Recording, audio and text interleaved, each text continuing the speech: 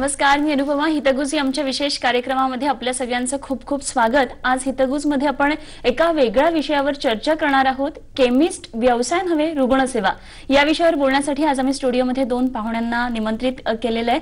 आज आपल्याबरोबर स्टुडिओत आहेत अखिल भारतीय औषधी विक्रेते संघटनेचे अध्यक्ष आणि महाराष्ट्र राज्य केमिस्ट आणि ड्रगिस्ट असोसिएशनचे अध्यक्ष जगन्नाथ शिंदे उर्फ आप्पासाहेब शिंदे. आधी आपण स्वागत करूया. नमस्कार आप्पा, खूप स्वागत तुमचं. तसंच आपल्याबरोबर आहे धुळे जिल्हा केमिस्ट अँड ड्रगिस्ट असोसिएशनचे सचिव नरेंद्र कानडे. आपण त्यांचं सुद्धा स्वागत करूया. खूप स्वागत तुमचं. थोडक्यात ओळख करून देते. खरं तर आप्पासाहेब शिंदे यांची ओळख करून द्यायची म्हटल्यावर आपल्याला बराच वेळ घ्यावा लागेल, मात्र थोडक्यात ओळख करून देते. केमिस्ट ड्रगिस्ट असोसिएशनचे अध्यक्षच नव्हे तर त्यांच्या कर्तृत्वाचा विस्तार खूप मोठा आहे. आप्पांच्या औषध व्यावसायिकांसाठी चांगल्या सेवा देता याव्यात यासाठी प्रशिक्षण कार्यक्रम राबवतात. स्पर्धात्मक युगातल्या आव्हानांसाठी विशेष कार्यरत आहेत ते. तसेच भविष्यातल्या औषध व्यावसायिकांसमोरील जी आव्हानं उभी ठाकणार आहेत त्याच्यावरच्या उपाययोजनांवर सातत्यानं त्यांचं काम सुरू असतं. व्हॅट कर प्रणालीसाठी लढा त्यांनी दिला. सर्वसामान्यांना व्हॅटचा फटका बसू नये यासाठी त्यांनी हा लढा दिला होता. तसेच एनडीपीएस या जाचक कायद्यातून औषध विक्रेत्यांची सुटका व्हावी यासाठी सुद्धा त्यांनी विशेष प्रयत्न केले. देश पातळीवर सुद्धा आप्पासाहेब शिंदेंचं खूप मोठं कार्य आहे. तर आजचे आपले जे दुसरे पाहुणे आहेत त्यांची ओळख करून देते. नरेंद्र कानडे, ते धुळे जिल्हा केमिस्ट ड्रगिस्ट असोसिएशनचे सचिव आहेत आणि गेली 17 वर्ष ते या संघटनेचे सक्रिय कार्यकर्ते आहेत. आणि या केमिस्ट हृदय सम्राट आप्पासाहेब शिंदे यांच्यावरची जी एक डॉक्युमेंटरी आहे तिचे ते निर्माते सुद्धा आहेत. पाहुण्यांबरोबर आपण चर्चेला सुरुवात करूया. सगळ्यात आधी आप्पासाहेब, तुम्ही काल 61 पूर्ण केलेली आहे. तुमचं खूप खूप अभिनंदन तुमच्या वाढदिवसानिमित्त.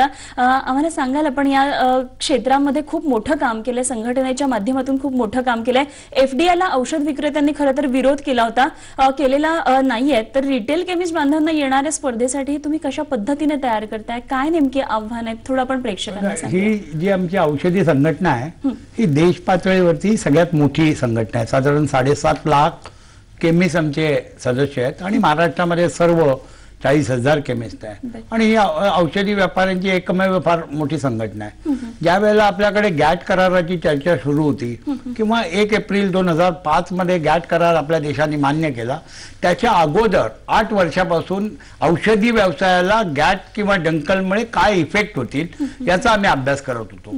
आणि त्यामुळे हा जो एफडीआय आला त्यावेळेला आम्हाला माहिती होतं की या गॅट करारानुसार आपल्या देशामध्ये 51 नाही 100% फॉरेन डायरेक्ट इन्व्हेस्टमेंट येणार आहे. आणि अशा वेळेला केवळ आंदोलनं किंवा बंद करून हा प्रश्न सुटणार नाही. म्हणून आम्ही ठरवलं की याच्या पुढे जर आपल्याला खरोखर यांच्याबरोबर लढायचं असेल तर आम्ही नेहमी आमची जी उक्ती आहे की भारत केसरी पैलवानाबरोबर लढायचं असेल तर भारत केसरी बनावं लागेल. आणि तीच कल्पना घेतली की स्पर्धेला स्पर्धेने उत्तर द्यायचं आहे. आणि आमची आजची जी संकल्पना आहे की स्पर्धेआधी आपण स्पर्धेला तयारी राहायला पाहिजे. आणि त्या दृष्टीने तुम्ही जे सांगितलं प्रशिक्षण किंवा इन्फॉर्मेशन अँड टेक्नॉलॉजी या गोष्टी ज्या पुढे व्यावसायिकाला लागणार आहेत त्या आम्ही तयार करतो. कारण आम्हाला माहिती आहे की या देशामध्ये केवळ देशी नाही तर याच्या पुढे येणाऱ्या काळामध्ये परदेशस्थ लोक आपल्या इथे येतील, कंपन्या येतील आणि फार मोठ्या रिटेल चेनने आम्हाला स्पर्धा करतील. आणि ते पूर्णपणे इन्फॉर्मेशन अँड टेक्नॉलॉजी किंवा पैसा यांनी युक्त असतील. त्यामुळे आपण पण तेवढं स्पर्धात्मक राहण्यासाठी आम्ही हा एफडीआयच्या याच्यामध्ये जो आमचा निर्णय आहे की स्पर्धेला स्पर्धेने उत्तर द्यायचं.